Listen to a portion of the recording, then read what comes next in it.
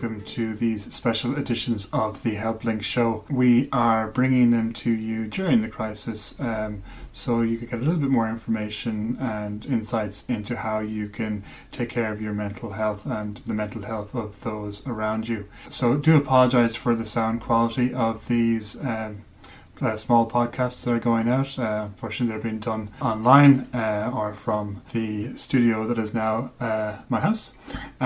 So do apologise again for that.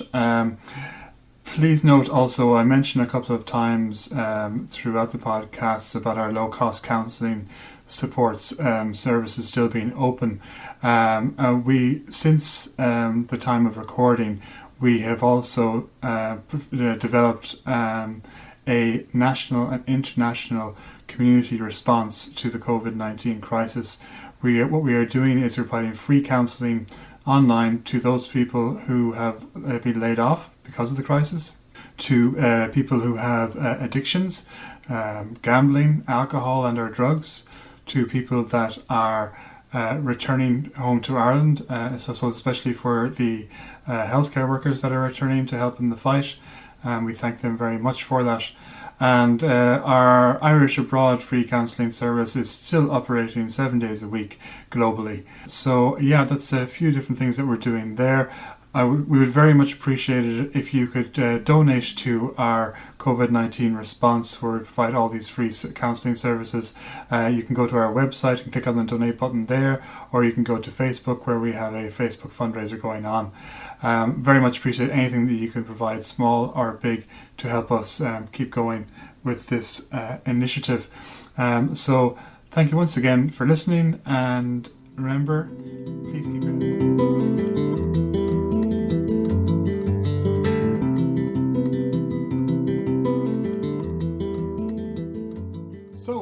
Welcome back to the Helplink Show. It is Lachlan here, and we are having another one of our short conversations with one of our Helplink counsellors about minding your mental health during this time. On the line I have Dermot Lavelle, who is a counsellor with Helplink and with various other bodies, and a private counsellor as well, with many years of experience within the field. Dermot, thank you so much for coming on. Not at all, my pleasure. So, strange times that we're in here. One of the things that Helplink has always been about, as you know, is making mental health accessible. And now that accessibility is needed more so than really any other time, especially with everybody being at home and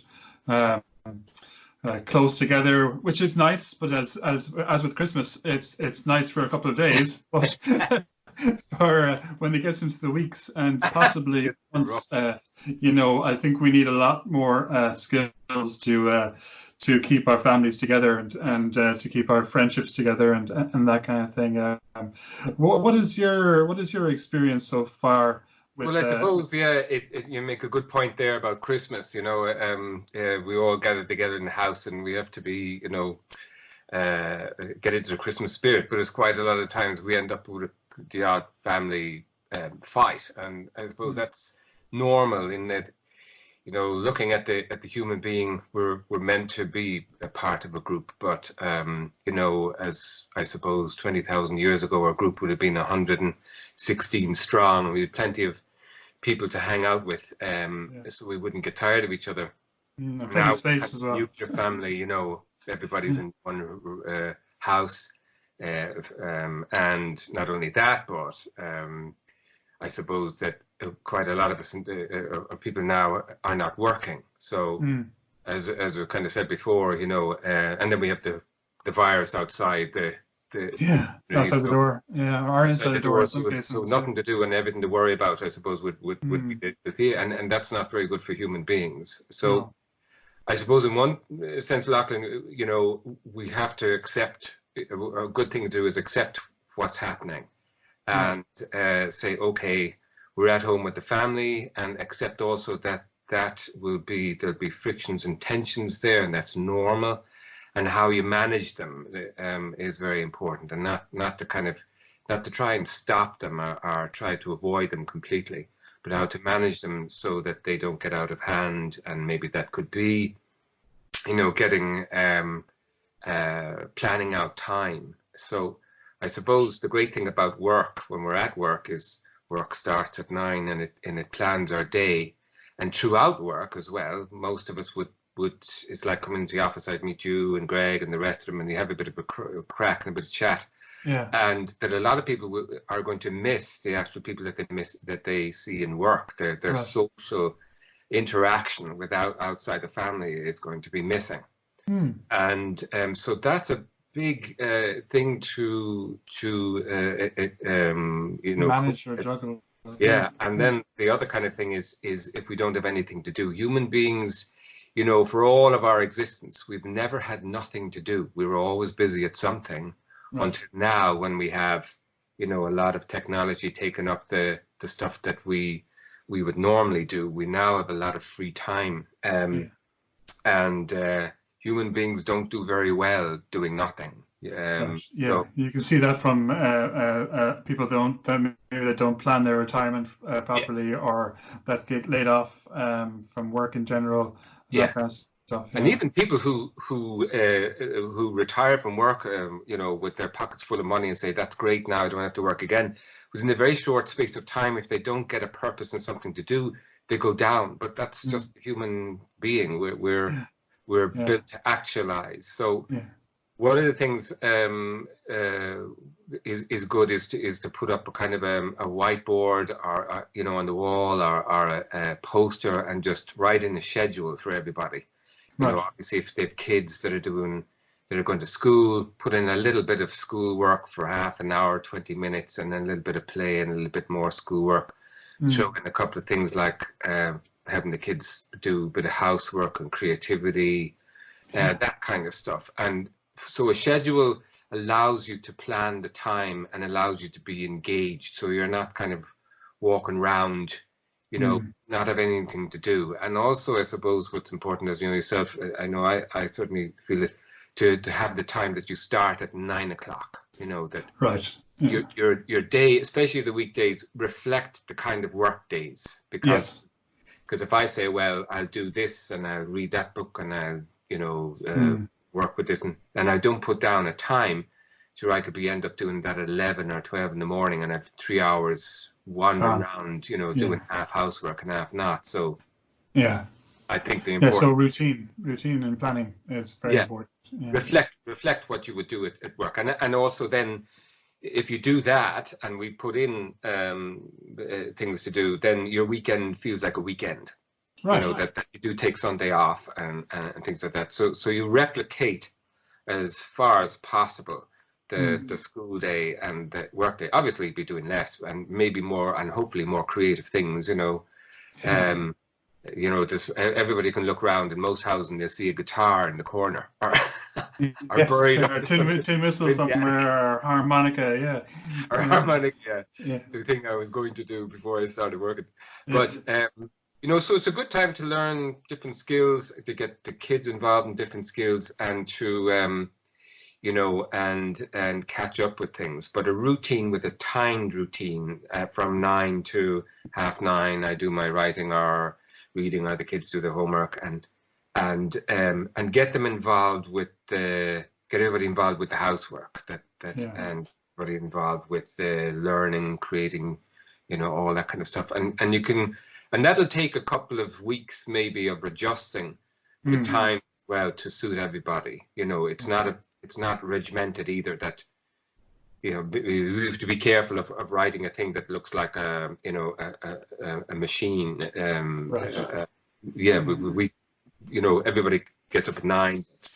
There could be time then where it's a lovely and sunny. Okay, drop everything, a nice walk in the park. Obviously keeping social distancing, which is very important now. And but the other kind of thing, Lachlan, is about social interaction. I mean, social interaction in the family, that's a given. But we can also do things like, think of your friends and maybe get your phone and WhatsApp your friends or video call your friends at, say, 11 o'clock with a cup of coffee in your hand. So we can still do our coffee. We have the sense experience of listening to the voice of our friends, but also seeing them. And sit down, say, 7 o'clock, I'm going to have a cup of coffee with my friend or two friends or something like that, depending on what gear you have. and sit down with coffee and chat as if you were having a coffee with them, you know. Excellent. Yeah, And great idea. that's the kind of, and you need to plan in that during your week, you know, so people know that they're available and you have that in your head and you know what you're doing tomorrow. Yeah. And I suppose the other kind of thing is, it would be very important as well to sit the family down and especially with the kids or with everybody's in the house and ask them how they're feeling, because sometimes, you know, you know, we're looking at the news and we're looking at the numbers going up and we're looking at the, you know, all these kind of things, and say somebody could be having a very difficult time with that, kind of thinking, oh my God, this is the end, rather than saying, okay, this is the way that it is now. Yes, people are getting sick, but people are recovering. And people unfortunately are dying as well. We have to look at that, but that it's still a very small percentage of deaths compared to the people who get the virus, and you know, to say out their feelings and to say and to look after the time and space that they have right now. We don't know what's going to happen in the future, but right now we can look after our time, look after our space, look after our connections, you know, with others and things. I got a great piece of advice recently. I'm not sure if I read it or somebody said it to me, but anyways, and it was when we are cooped up in the house for so long, there will be frustrations building up. And one of the best ways to deal with those frustrations is, instead of saying you did this or you did this or you didn't do this and that kind of stuff, is saying I feel that because this happened or whatever. Can you maybe bring people through that a little bit? I suppose I suppose what can happen when we're stressed, and especially when we're on top of each other, is we get defensive, and that's normal. We get a little bit anxious, especially if we're worrying about things. So we tend to go kind of more judgmental and accusory. We accuse people. Right. So when there's somebody down to say, you know, they were supposed to do the dishes or something like that, and then they say you didn't do the dishes, that's a fire off. And like I said there, when you come up and you say I feel a little bit upset that it was your time to do the dishes and you didn't do them, or you know, dishes and didn't do them, they can sometimes, then that kind of gives us a sense, oh yeah, okay, I understand how you feel. Or the reason I didn't do them was I forgot, or I didn't do this, and so you're just expressing your emotion and you're keeping them in the picture.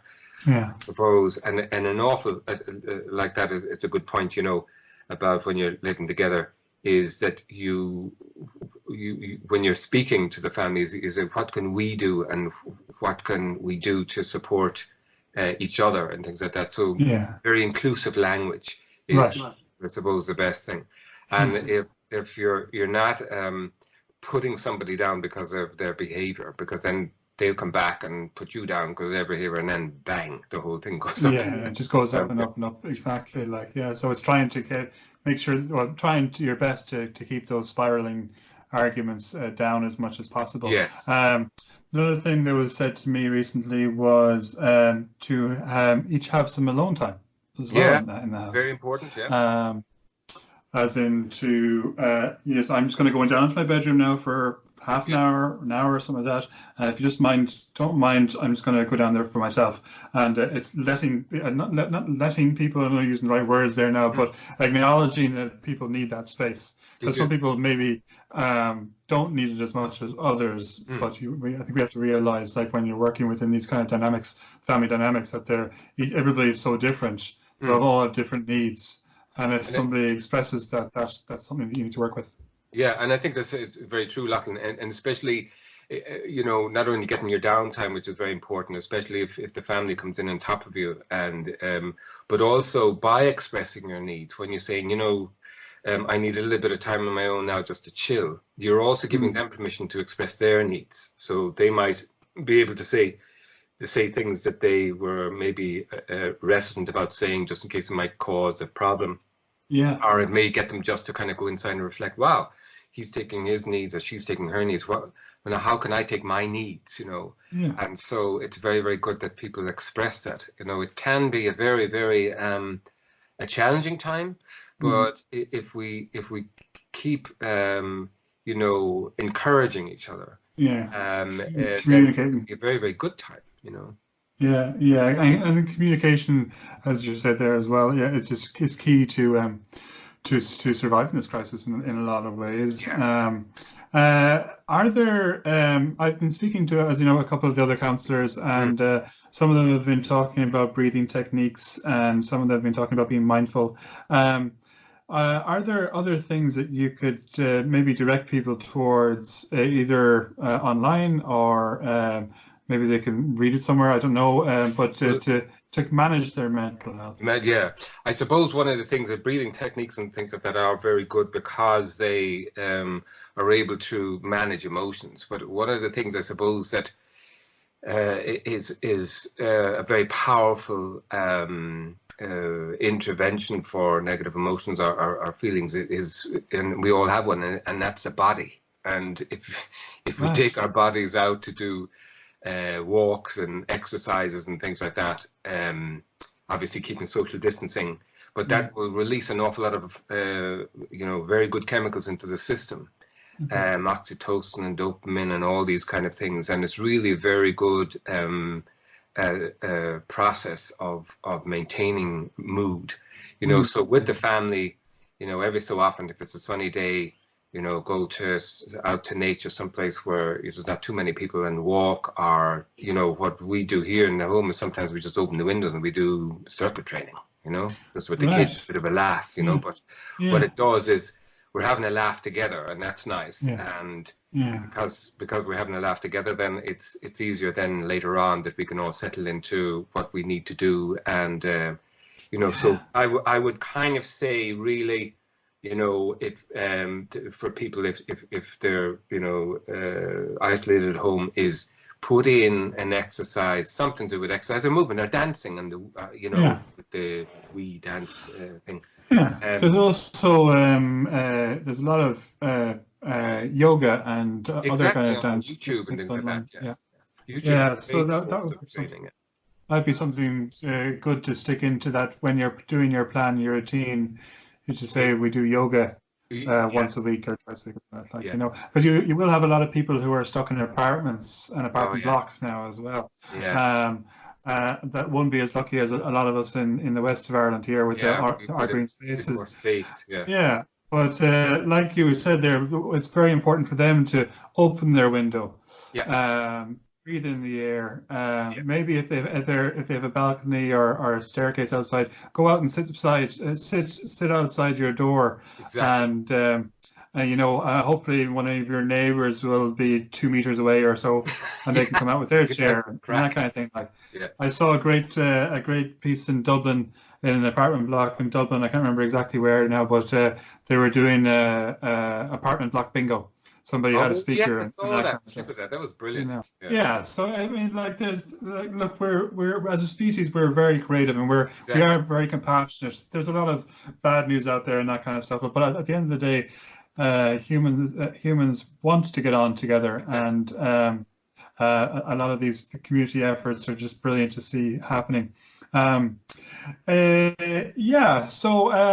that's great, and also to our listeners, of course, just to mention again, our counselling services are still open online 7 days a week, and you can go and check them out on helplink.ie, or go on to our Facebook pages or Twitter or Instagram, and you'll see lots of different information and stuff there as well. Jeremy, is there anything else you'd like to say to the listeners? I suppose, and this is a kind of one of the things that might be good in the sense that what we started off with, I suppose we have to accept the conditions that we're in now.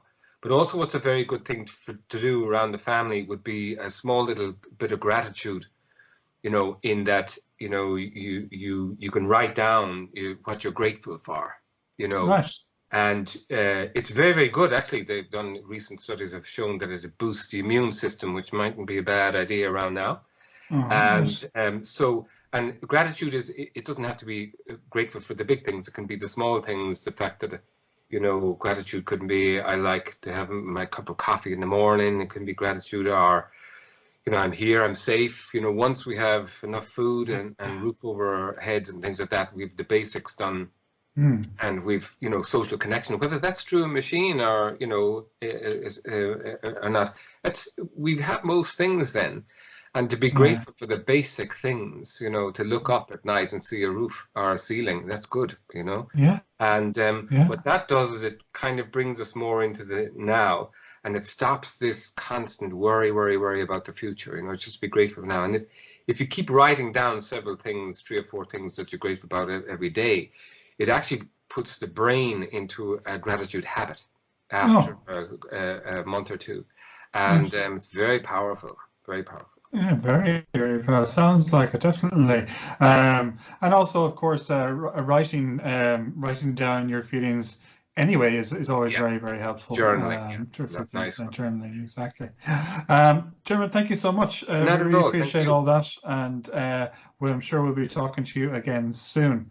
So, folks, that was Dermot, one of the Helplink counsellors, giving some tips and ideas and thoughts. And thanks very much to him. And don't forget to keep your head up.